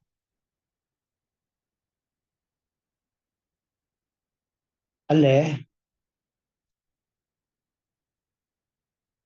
ಆ ಕೃಷ್ಣ ಆ ಜೀವಿ ಹತ್ರ ಹುಟ್ಟಬೇಕು ಅಂತ ಅಷ್ಟದಳ ಕಮಲ ಹೇಳ್ತಾರೆ. ಭಾಗವತ ಹೇಳ್ಕೊಡ್ತಾರೆ. ನನಗೆ ನನ್ನ ಹೃದಯ ಕಮಲದ ದೇಟಿನ ಕೆಳಗಡೆ, ಮೂಲೇಶನ ಕೆಳಗಡೆ ಏನಪ್ಪ ಅಂದ್ರ ಲಾಳಕಾಯನ ಪಾದ ಅಂಗಷ್ಟಕ್ಕಂತ ಜೀವಿಯ ಹೃದಯದಲ್ಲಿ ಕೃಷ್ಣ ಎಂಬ ಜ್ಞಾನ ಹುಟ್ಟಬೇಕು. ಇದು ಜ್ಞಾನ ಯೋಗಿಗಳ ಉಪಾಸನ. ತಿಳಿತಿದಲ್ಲ, ನಾನು ಅಷ್ಟು ಕ್ಷಣ ಇಲ್ಲ, ಏನೋ ಪ್ರಯತ್ನ ಮಾಡಿ ಪಾಠ ಒಪ್ಪಿಸ್ತಾ ಇದ್ದೀನಿ ಅಷ್ಟೇ. ಆ ಪರಮಾತ್ಮ ಜೀವಿಯ ಹೃದಯ ಕಮಲದಲ್ಲಿ ಹುಟ್ಟಬೇಕು. ಏನ್ ಹುಟ್ಟಬೇಕು ಅಂದ್ರೆ ಜ್ಞಾನ ಎಂಬ ಕೃಷ್ಣ ಹುಟ್ಟಬೇಕು. ಆತ ಏನ್ ಮಾಡ್ತಾನ? ಆ ಜ್ಞಾನ ಏನದಂದ್ರೆ ಅಷ್ಟಕರ್ತೃತ್ವವನ್ನು ನಿಯಮನ ಮಾಡ್ತಕ್ಕಂಥದ್ದು ರೂಪ. ಆ ಜ್ಞಾನ ಸಿಂಧು ಅಂತ ಪರಮಾತ್ಮ. ಜ್ಞಾನಾಖ್ಯ ಕಡ್ಡದಿಂದ ನಾವು ಪರಮಾತ್ಮನ ಕಾಣ್ಲಿಕ್ಕಾಗ್ತದೆ. ಆ ಜ್ಞಾನಾಖ್ಯ ಕಡ್ಡು ಕೃಷ್ಣ ನನ್ನ ಹುಟ್ಟಿದ ಅಂದ್ರೆ ಎಂದ ಕೃಷ್ಣಾಷ್ಟಮಿ ಇರ್ತದೆ ಅವತ್ತ ನಾವು ಉಪವಾಸ ಮಾಡಬೇಕು ಅಂತದ್ದು. ಉಪವಾಸ ನಾವು ಮಾಡಕ್ ಸಾಧ್ಯನಾ? ಅದಕ್ಕೆ ನಾವೇನ್ ಮಾಡ್ತೇವೆ? ಬೆಳಗ್ಗೆನ ಸ್ನಾನ ಮಾಡಿ ಅರ್ಘ್ಯ ಕೊಟ್ಟು ತಿಂದ್ವ, ಇನ್ನು ಕೃಷ್ಣನ ಹೊತ್ತು ತಿಂದ್ಬಿಡ್ತೇವೆ. ಉಪವಾಸ ಅಂದ್ರೆ ಬರೀ ತಿನ್ನೋದು ಬಿಡೋದಲ್ಲ, ಉಪವಿತನಾಗು. ಪ್ರತಿ ಒಂದು ಇಂದ್ರಿಯ ಏಕಾದಶಿ ಇಂದ್ರಗಳಲ್ಲಿ ಪರಮಾತ್ಮ ಇವತ್ತು ಹುಟ್ಟುತ್ತಾ ಇದ್ದೀನಿ, ಜ್ಞಾನ ನನಗೆ ಬರ್ತಾ ಇದೆ, ಜ್ಞಾನದಿಂದ ನಾನು ಸಂಸಾರದಿಂದ ಈ ಚಕ್ರದಿಂದ ಸಂಸಾರ ಚಕ್ರದಿಂದ ನಾನು ದೂರ ಆಗ್ತಾ ಇದ್ದೀನಿ ಅನ್ನೋ ದೃಷ್ಟಾಂತ ನನಗೆ ಏನಪ್ಪಾ ಆ ಗರುಡ ಮತ್ತ ಏನಪ್ಪಾ ಅಂದ್ರೆ ಕೃಷ್ಣ ಅಲ್ಲೇ ಭ್ರೂಮದಲ್ಲಿ ಉಪಾಸನೆ ಮಾಡ್ತಕ್ಕಂತಹ ಗರುಡದೇವರು ನಮ್ಗೆ ಅನುಗ್ರಹ ಮಾಡ್ಬೇಕು. ಅಲ್ಲೇ ಬ್ರಹ್ಮದೇವರು ವಿಶೇಷವಾಗಿ ನಮ್ಗ ಆ ಜ್ಞಾನವನ್ನು ಬೋಧನೆ ಮಾಡಬೇಕು. ಮರ್ತಗಣದವ್ರು ನಮ್ಮ ಆ ಕಾರ್ಯಕ್ಕೆ ನಮ್ಮನ್ನ ಸನ್ನದ್ಧಗೊಳಿಸ್ತಕ್ಕಂಥದ್ದು. ಎಲ್ಲಿಂದ ಸ್ವರೂಪದಿಂದ ಬರ್ತಕ್ಕಂಥದ್ದು. ಒಳಗ ತಾಯಿ ಗರ್ಭ ಅದಲ್ಲ, ಗರ್ಭದಲ್ಲಿ ಆ ಮರ್ತಗಣ ಹುಟ್ಟಿದ್ರು. ಒಳ್ಳೆ ನತ್ರಮತ್ ರೂಪ ಅಂದ್ರೆ ಸ್ವರೂಪದಲ್ಲಿ ಹುಟ್ಟಿದ ಕೃಷ್ಣನ್ನ ಮೇಲೆ ತಂದು ಅದು ಜ್ಞಾನ ಇಲ್ಲಿ ಬರ್ಬೇಕು. ವಾಯುದೇವರಿಂದ ಅನಿರ್ಧ ದೇಹಕ್ಕೆ ಬರ್ಬೇಕು. ಅನಿರ್ಧ ದೇಹ ಅಂದ್ರೆ ನಮಗಿಲ್ಲೇ ಸ್ಥೂಲ ದೇಹ ಅಲ್ಲಿ ಗೋಚರ ಆಗ್ಬೇಕು. ಸ್ಥೂಲಕ್ಕೆ ಗೋಚರ ಆಗಲ್ಲವ್ರೆ ಜ್ಞಾನ ಗೋಚರ ಆಗೋದ್ರೆ ನನಗ ಎಂಥದೇ ಇದು ಬಂದ್ರು ಗೊತ್ತಾಗೋದಿಲ್ಲ. ಅವಾಗ ನಾನ್ ತಿಳ್ಕೊಂಡಿದ್ದೆ ಕರೆಕ್ಟು, ನಾ ಹೇಳಿದ್ದೆ ಕರೆಕ್ಟ್ ಎಂಬ ಅಹಮ್ಮ ಮತ್ತೆ ನನ್ನಲ್ಲಿ ಬಂದ್ಬಿಡ್ತ. ಇದು ಆ ಮಾಯಾದೇವಿ ಕೊಡ್ತಕ್ಕಂಥ ಕಾರ್ಯ. ಮಾಯಾದೇವಿ ನಮ್ಗೆ ಈ ರೀತಿ ಉಪಾಸನೆ ಅಂತ ಹಸ್ತ. ಆ ಕೃಷ್ಣ ಇಲ್ಲಿ ಬರಬೇಕು ಅಂತಂದ್ರೆ 12 ವರ್ಷ ಬಂದಿತ್ತಲ್ಲ ಕೃಷ್ಣ. ಆ ಕಂಸನ ಅರಮನೆಯೊಳಗ ಹುಟ್ಟಿದ್ದ. ಕಂಸ ನಮ್ದು ಇದು ಎಲ್ಲಿದ್ದಾನ, ಈ ದೇಹದ ಒಳಗ ಕಂಸ ಇದ್ದ. ಇದು ದೇಹ ಕಂಸನ ಅರಮನೆ ಅನ್ಕೋಬಹುದು. ಯಾಕಂದ್ರ ನಾವು ಇನ್ನೂ ಏನಪ್ಪಾ ಅಂದ್ರ ಧರ್ಮಿಷ್ಠರಾಗಿಲ್ಲ. ಧರ್ಮಿಷ್ಠರಂತೆ ನಟನೆ ಮಾಡ್ತಾ ಇದ್ದೀವಿ ನಾವು. ನನ್ನೊಳಗೆ ಕೃಷ್ಣ ಇದ್ದಾನೆ, ಆತ ಮಾಡ್ತಾನೆಂಬ ಚಿಂತನೆಯೊಳಗಿದ್ದೆ ಹೊರತು ಸದೃಢವಾದ ನಂಬಿಕೆ ನಮ್ಗೆ ಯಾರಿಗೂ ಬಂದಿಲ್ಲ ಅಂತ ಅನ್ಸ್ತದ. ಅಲ್ಲ, ನನಗೆ ಇನ್ಕ್ಲೂಡಿಂಗ್ ಮೀ. ಸದೃಢವಾದ ನಂಬಿಕೆ ಒಳಗೆ ಕೃಷ್ಣ ಇದ್ದಾನ, ಪರಮಾತ್ಮ ಇದ್ದಾನ, ಬಿಂಬ ಇದ್ದಾನೆ, ಬಿಂಬ ನಮ್ಮಿಂದ ಎಲ್ಲ ಕರ್ಮ ಮಾಡಿಸ್ತದ ಅಂತ ಎಷ್ಟು ಪ್ರಮಾಣದಲ್ಲಿ ನಾವು ತಿಳ್ಕೊಂಡಿವ ಅಂದ್ರ ಅದಿನ್ನ ನಂಬಿಕೆನೆ ಬರ್ತಾ ಇಲ್ಲ. ಇಷ್ಟೆಲ್ಲ ಮಾಡಿವಲ್ಲ, ಯಾಕೆ ನಮ್ಗೆ ಹಿಂಗ ಆಯ್ತು ಅಂತ ಮತ್ತೆ ಕೇಳ್ತೇನೆ. ಅಂದ್ರೆ ಹಿಂದೆ ಮಾಡಿದ ದೋಷ ಅದು ಯಾರಪ್ಪನ ಮನೆ ಸತ್ತ ಅಂತ ಕೇಳ್ತೇನೆ. ಇವತ್ತು ಬಂದ್ ನಾ ಒಂದ್ಸಲ ಲಕ್ಷ್ಮೀಶ ಅಂತ ಪರಮಾತ್ಮ ಅಂತ ಕೈ ಮುಗಿದ್ಬಿಟ್ಟೆ. ಇವತ್ತ ವಿಶೇಷ ಏಕಾದಶಿ ಅಂತ ಹೇಳ್ಬಿಟ್ಟು ನಿನ್ನೆ ಹಾಕ್ಬೇಕಂತ ಮಾಡಿದ್ದೆ, ಆಗ್ಲಿಲ್ಲ ಅಂದ್ರೆ ಅದು ಆ ಸಂಕಲ್ಪ ಇತ್ತು. ಅದು ಹೆಂಗ್ ಬರ್ತಾ ಹಂಗ ಹೋಗ್ತಕ್ಕಂಥ ಕಾರ್ಯ ಆದಾಗ ಮಾತ್ರ ಇಟ್ಟಂಗೆ ಇರುವಿನ ಹರಿ ಅಂತ ಬರ್ತದೆ. ಇಲ್ಲೇ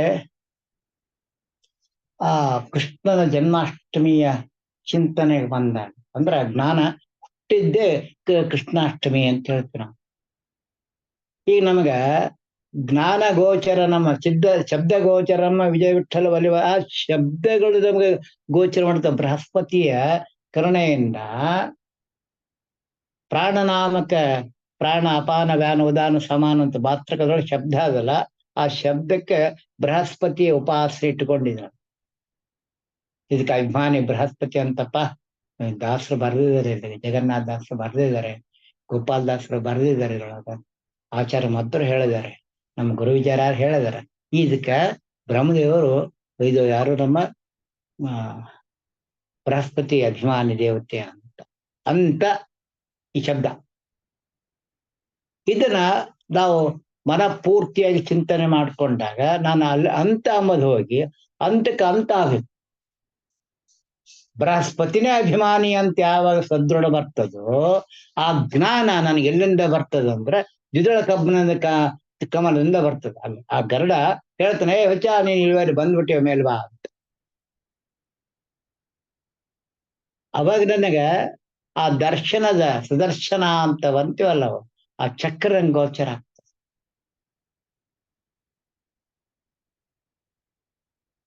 ಆ ಶಂಖ ನಾದ ಗೋಚರ ಆಗ್ತದೆ. ಗರುಡ ದೇವರ ವೇದೋತ್ತಮನ ಪರಮಾತ್ಮನ ಉಪಾಸನೆ ತಂದು ಹಚ್ತಾರ ನೋಡಲ್ಲ. ಇನ್ ಹಿಂದಕ್ಕೆ ಒಂದ್ಸಲ ನಾನು ಪಾಠದಾಗ ಹೇಳಿದ್ದೆ. ನಾನು ಸ್ವರೂಪ ಅಂತ ಒಂದು ಗರುಡ ದೇವರ ಸಾಧನಕ್ಕೆ ಬರ್ಬೇಕಾದ್ರೆ ಒಂದು ಮೂಲ ರೂಪ ಗರುಡಂದು.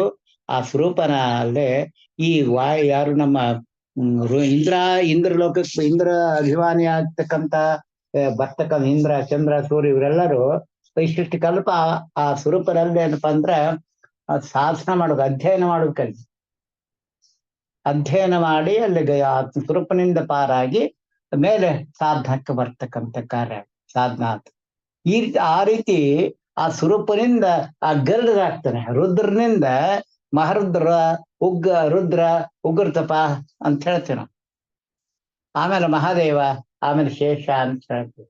ಹೆಂಗ 4 ಭಾಗ ಇವ್ರ ಸಾಧನ ಆಗ್ತದೋ ಹಂಗ ಗರುಡ ದೇವರದು ಸ್ವರೂಪದಿಂದ ಗರುಡ ದೇವರ ತನಕ ಬರ್ತಕ್ಕಂಥ ಸಾಧನ ಅದ. ಆ ಸಾಧನ ಮಾಡ್ಕೊಂಡಂತ ವ್ಯಕ್ತಿ ಪ್ರತಿ ಜೀವರಲ್ಲೂ ಮೊದಲು ಈ ಸಾಧನ ಮಾಡ್ತಾರೆ. ಎಲ್ಲರೂ ನಮ್ಮ ದೇಹದೊಳಗಿರ್ತಕ್ಕಂಥ ಸಮಸ್ತ ತತ್ವ ದೇವತೆಗಳು, ಯಾರು ಕರ್ಮಜ ದೇವತೆ ಹೇಳ್ತಾರೋ, ಯಾರು ಜ್ಞಾನ ದೇವತೆ ಹೇಳ್ತಾರೋ ಅವರೆಲ್ಲರೂ ಸ್ವರೂಪನಂತರ ಉಪಾಸನೆ ಮಾಡ್ಕೋಬೇಕು. ಅಂಥವ್ರಿಗೆ ಮಾತ್ರ ಇಲ್ಲಿಂದ ಮೇಲ್ ಹೋಗ್ಲಿಕ್ಕೆ ಸಾಧನ ಆಗ್ತಾರೆ, ಮಾರ್ಗ ಸಾಧನ ಆಗ್ತದೆ. ಅಂತರ್ನ ಏನಪ್ಪಾ ಅಂದ್ರ ಅಂತಹ ವ್ಯಕ್ತಿಗಳಿಗೆ ಇಲ್ಲಿ ನಾವು ಬೃಹಸ್ಪತಿ ಏನಪ್ಪಾ ಅಂದ್ರೆ ಶಬ್ದಕ್ಕೆ ಅಭಿಮಾನಿ ಇದ್ದಾನ ಅಂತ ಗೊತ್ತಾಗ್ತದೆ. ಅಂತ ಶಬ್ದಗಳು ನಮಗ ಪ್ರಕಟ ಆಗ್ಬೇಕಾದ್ರೆ ಈ ಒಳಗ ಆ ಜ್ಞಾನಗಮ್ಯನಾದ ಕೃಷ್ಣನ ಜನನ ಆಗಿರ್ತದ. ಇದು ವಿಶೇಷವಾಗಿ ಈ ಜ್ಞಾನ ನನಗೆ ಎರಡೇ ಬರಕ್, ಹಗಲು ಮತ್ತು ರಾತ್ರಿ ಅಂತ ಹೇಳ್ತೇವಲ್ಲ. ಒಂದು ಮರತ್ ಗಣದವರು ಅನುಗ್ರಹ ಆಗ್ಬೇಕು, ಅದ್ರ ನೋಡೋ ಕೃಷ್ಣನ ಉಪಾಸನೆ ಮಾಡತಕ್ಕಂತಹ ಗರುಡಿಯವರ ಆಗ್ಬೇಕು. ಸ್ವಲ್ಪ ಗರುಡಿಯವರನ್ನ ಅದು ಈ ಕಡೆ ಮಗ್ಲನ್ನು ಬಲಗಡೆ ಬರ್ತಕ್ಕಂತಾರ ವಾಯು ಬ್ರಹ್ಮದೇವರು, ಸರಸ್ವತಿ ದೇವಿ, ಭಾರತೀ ದೇವರು ಕುತ್ಕೋಬೇಕು. ಅಲ್ಲಿ ಅವರು ಈ ಮೇಲಿನ ಜ್ಞಾನಗಮ್ಯ ಬರ್ತಾರೆ, ಇದನ್ನ ಉಪಾಸನೆ, ಆ ಜ್ಞಾನ ಯೋಗಿಗಳ ಉಪಾಸನೆ. ಈಗ ನಮಗ ನಾವು ಕರ್ಮಜ ದೇವತೆಗಳಿದ್ದೀವೋ ಜ್ಞಾನ ದೇವತೆಗಳಿದ್ದೀವೋ, ಜ್ಞಾನ ಯೋಗಗಳಿದ್ದೀವೋ ಕರ್ಮಯೋಗಗಳು ಎಂಬುದು ನಮ್ಗ ಕನ್ಫರ್ಮೇಶನ್ ಆಗ್ಬೇಕಾದ್ರೆ ನಮ್ಗೆ ಹೆಂಗ್ ಗೊತ್ತಾಗ್ಬೇಕು? ಅದಕ್ಕೆ ನಾನು ಮೊನ್ನೆ ಹೇಳ್ದೇನಪ್ಪ ಅಂದ್ರ, ಪಂಚ ಕರ್ಮೇಂದ್ರಿಯ ಪಂಚ ಜ್ಞಾನೇಂದ್ರಿಯಲ್ಲಿ ಕೆಳಗಿಂದ ಬಂದಾಗ 10 ಇಂದ್ರಿಯಗಳ ದಾಲ್ಸೆ ದಳದಲ್ಲಿ ಬರ್ತಕ್ಕಂಥ ರೂಪ ಬಂತಾರೆ 12 ಜನ. ಅಲ್ಲೇ ಈ ಕಾರಣಕ್ಕಾಗಿ ತಗೋಬೇಕಿಲ್ಲ. 12 ಕಾಮದಲ್ಲಿ ಬರ್ತಕ್ಕಂಥ ರೂಪ ತಗೊಂಡಾಗ ಅಲ್ಲಿ 12 ಸೂರ್ಯರು ನಮಗ ಏನ್ ಮಾಡ್ತಾರ ಅಂತ. ಆ ಧೂಮ್ರ ಬಂತು ಅಂದ್ರೆ ಯಾವ್ದು ಕೊನೆಗೆ ಬರ್ತಕ್ಕಂಥದ್ದು ರೂಪ ಬರ್ತಕ್ಕಂಥದ್ದು ಯಾವ್ದದು ಕೃಷ್ಣ ಅಂತ ಏನ್ ಬರ್ತಾರೆ ಸೂರ್ಯ. ಆ ಸೂರ್ಯ ನಮಗೇನ್ ಮಾಡ್ತಾನ, ಈ ಧೂಮ್ರವನ್ನು ತೆಗಿತಾನ. ಅವಾಗ 10 ಇಂದ್ರಿಯಗಳು ಏನಾಗ್ತವ, ಅಷ್ಟು ಜ್ಞಾನದ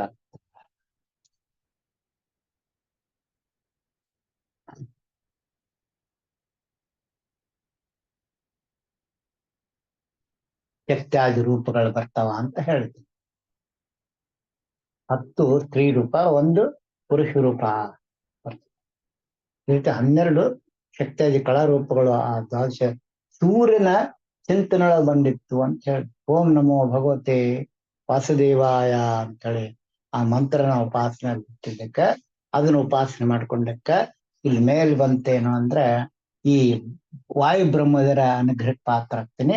ಇಲ್ಲೇ ವೈಕುಂಠದೊಳಗೆ ಏನಪ್ಪಾ ಅಂದ್ರ 3ನೇ ದಳ, 3ನೇ ಪ್ರಾಕಾರ, 4ನೇ ಪ್ರಾಕಾರ ತಡೆದ ಮೇಲೆ ಹೋಗ್ತೇವಲ್ಲ, ಅಲ್ಲಿ 4 ರಿಂದ 5, 6, 7 ಇಲ್ಲಿ ಜ್ಞಾನಯೋಗಿಗಳ ಸವಾಸ ಬರ್ತದೆ. ಎಷ್ಟು ಅದ್ಭುತ ಅಂತ ಅಂದ್ರೆ, ಗೋಪಾಲರಾಯರು ಒಂದು ತಮ್ಮ ಸುಳಾದಿ ಒಳಗ ವೈಕುಂಠ ವರ್ಣನೆ ಸುಳಾದಿ ಮಾಡಿದಾರ. ಅದ್ರೊಳಗೆ ಬರ್ತದೆ ಏನಪ್ಪಾ ಅಂದ್ರೆ, ವಿರ್ಯಾ ನದಿಯಿಂದ ಈ ಕಡೆ ಏನಪ್ಪಾ ಅಂದ್ರ ಬ್ರಹ್ಮಾದಿಶೇಖ ದೇವಗಳು ಕುತ್ಕೊಂಡಿರ್ತಾರಲ್ಲ, ಆ ಕಡೆ ಮುಕ್ತರು ಏನಪ್ಪಾ ಎಲ್ಲ ಈ ಕಡೆ ಬಂದು ಏನಪ್ಪಾ ನೀವ್ ಹೆಂಗ್ ಮಾಡಿರಿ ಸಾಧನ, ಪರಮಾತ್ಮ ಎಷ್ಟು ಗುಣ ನೋಡಿರಿ, ಎಲ್ಲೆಲ್ಲಿ ನೋಡಿರಿ, ಹೆಂಗ್ ಕಂಡ್ರಿ, ನೀವು ಯಾವ್ಯಾವ ಸಾಧನ ಮಾಡ್ಕೊಂಡ್ರಿ ಅಂತ ಆ ಪರಸ್ಪರ ಚಿಂತನೆ ಮಾಡ್ತಕ್ಕಂಥದ್ದೇ ದೊಡ್ಡ ಆನಂದ ಅಂತ ಹೇಳ್ತಾರೆ. ಈ ಜ್ಞಾನ ನನಗೆ ವಾಯು ಬ್ರಹ್ಮದೇವರು ಇರ್ತಕ್ಕಂಥ ಪದ್ಮೇಲೆ ಗರುಡ ದೇವರು ಉಪಾಸನೆ ಮಾಡಿದ ಕೃಷ್ಣನ ಅನುಗ್ರಹ ಆಗಿತ್ತಂದ್ರೆ ನನಗ ಅಲ್ಲಿ ಹೋಗಿ ಕೂತು ಚಿಂತನೆ ಮಾಡ್ಲಿಕ್ಕೆ ಬರ್ತದೆ. ಆದರೆ ಅವರೆಲ್ಲ ಅಲ್ಲಿ ನೋಡಿದಾರಲ್ಲ, ಇವೆಲ್ಲ ಬರ್ದಿರ್ಬೇಕು. ವಿಶೇಷವಾಗಿ ಉಪ್ಲಿ ಮಧ್ಯರಾಯರು ಇಲ್ಲೇ ಕೂತ್ಕೊಂಡು ಇವನ್ನೆಲ್ಲ ಬರ್ದಾರ. 1, 2 ಆ ಮೂರ್ತಿ ರೂಪದ ಚಿತ್ರಗಳನ್ನು ಹಾಕಿಕೊಟ್ಟಿದ್ದಾರೆ.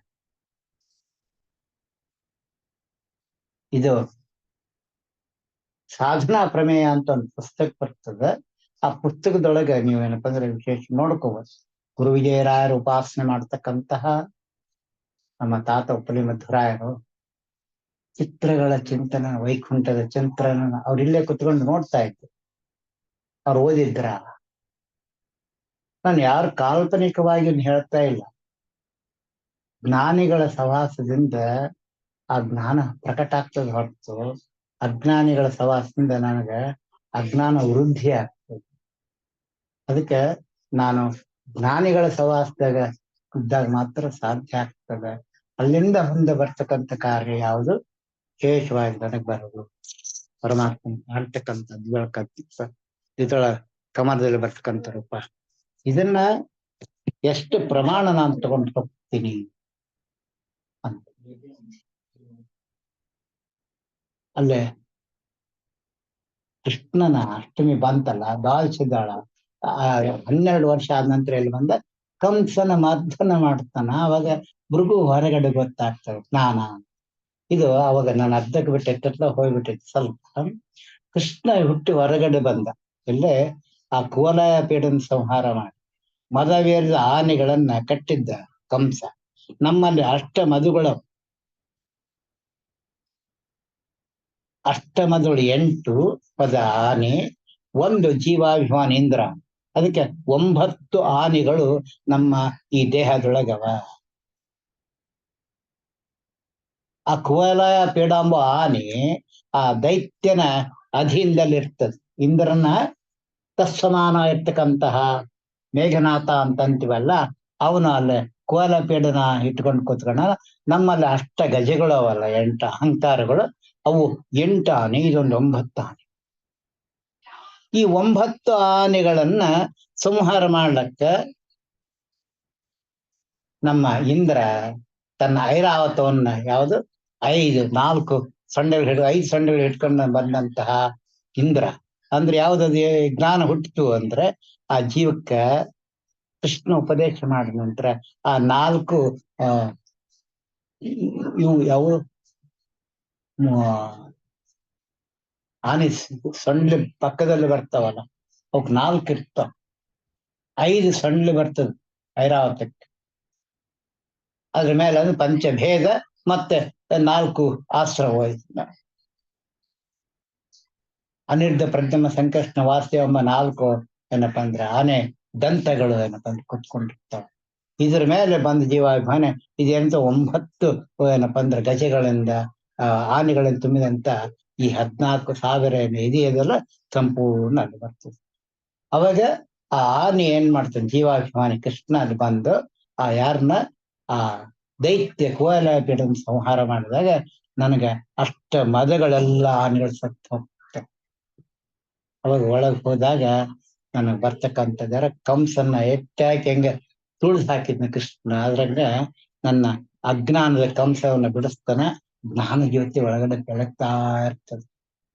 ಅವಾಗ ನಮಗೆ ಎಕ್ದಮ್ ಸಾವಿರಾರು ಏನಪ್ಪಾ ಸೂರ್ಯರ ಬೆಳಕು ಒಳಗಡೆ ಪ್ರಕಟ ಆಗ್ತಾ ಹೋಗ್ತದೆ.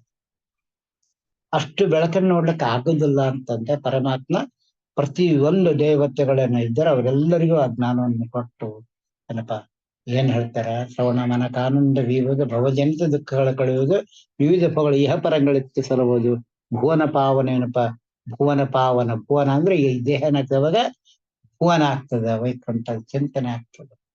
ವಿಷ್ಟಸ್ರವ ದೇಹದೊಳಗೆ ಪ್ರವಿಷ್ಟನು ತಾನಾಗಿ, ವಿಷ್ಟಸ್ರವ ಅಂದ್ರೆ ಅತ್ಯಂತ ಜ್ಞಾನಗಮ್ಯವಾಗಿರ್ತಕ್ಕಂಥ ಅಮೃತ ಸಾರ ತುಂಬಿದಂತ ಅಮೃತ ಜ್ಞಾನ ತುಂಬಿದಂತ ಈ ದೇಹದೊಳಗೆ ಕೃಷ್ಣ ತಾನು ಬಂದ ಪ್ರವಿಷ್ಟನಾಗ್ತಾನ ಅನ್ನೋ ಚಿಂತನೆ ನಮ್ಮಲ್ಲಿ ಬರ್ತದೆ. ಆ ರೀತಿ ನಾವೇನಪ್ಪ 7 ಪದ್ಮದ ಇದು ಇನ್ನು ಪೂರ ಆಗ್ಲಿಲ್ಲ ನಮ್ಗೆ ಯಾಕಂದ್ರೆ ಇನ್ನು ಬಹಳ ಮೇಲೆ ಹೋದಂಗೆಲ್ಲ ಇನ್ನೂ ಅದ್ಭುತವಾದ ವ್ಯಾಪಾರ ಆಗ್ತದೆ. ನಿಮ್ಮ ಅಂತಃಕರಣ ನನಗ ಆ ಜ್ಞಾನ ಪ್ರಕಟ ಆಗ್ಲಕತ್ತದೆ. ಅದನ್ನ ನಾನು ನಿಮ್ಗೆ ಯಾವುದೇ ನಿರ್ವಂಚನ ಸಮರ್ಪಣೆ ಮಾಡಿದಾಗ ಪರಮಾತ್ಮ ಪರಸ್ಪರ ಇಹ ಪರದ ಉಪಾಸನೆ ಸ್ವಪರದ ಉಪಾಸನೆ ಮಾಡ್ಲಿಕ್ಕೆ ಅಂತ ಬಿಂಬೋಪಾಸನೆ ಅನುಕೂಲ ಆಗ್ತದೆ. ಅದಕ್ಕೆ ಇಲ್ಲಿ ಕೃಷ್ಣನ ಒಂದು ಉಪಾಸನೆ ಆಯ್ತು, ಮತ್ತೆ ನಾಳೆ ಅದಕ್ಕಿಂತ ಇನ್ನು ಹೆಚ್ಚಿನ ಏನಪ್ಪಾ ಅಂದ್ರೆ ನಮ್ಗೆ ಗೋಚರ ಆಗ್ತದೆ. ಅದೆಲ್ಲವೂ ಏನಪ್ಪಾ ಅಂದ್ರ ಉಪಾಸನೆ ಬೇಕಾದಂತ ಆ ಭಾರತೀ ದೇವಿ ಮತ್ತೆ ಸರಸ್ವತಿ ದೇವಿ ವಾಯುಬ್ರಹ್ಮರು ದೇಳ ಪದ್ಮದಲ್ಲಿ ಕುತ್ಕೊಂಡು ಆ ಮರ್ತ ಗಣದಿಂದ ಏನೇನ್ ಕರ್ಮವನ್ನು ಮಾಡ್ತಾರ ಉಪಾಸನೆ ನಾಳೆಯಿಂದ ನೋಡಮಂತ ಹೇಳ್ತೀವಿ. ಇವತ್ತಿನ ಈ ಮಾತುಗಳನ್ನ ಸುದ್ದಿಂಬ ಮೂರ್ತಂತ್ರ ಸೀತಾಪತಿ ಶ್ರೀ ಮೂಲರಾಮಚಂದ್ರ ಸಮರ್ಪಣವ ನಮ್ಮ ಭಾರತೀಯ ರಮಣ ಕೃಷ್ಣಾರ್ಪಣಸ್ತು. ಹರೇ ನಮ ಹರೇ ನಮ ಹರೇ ನಮ.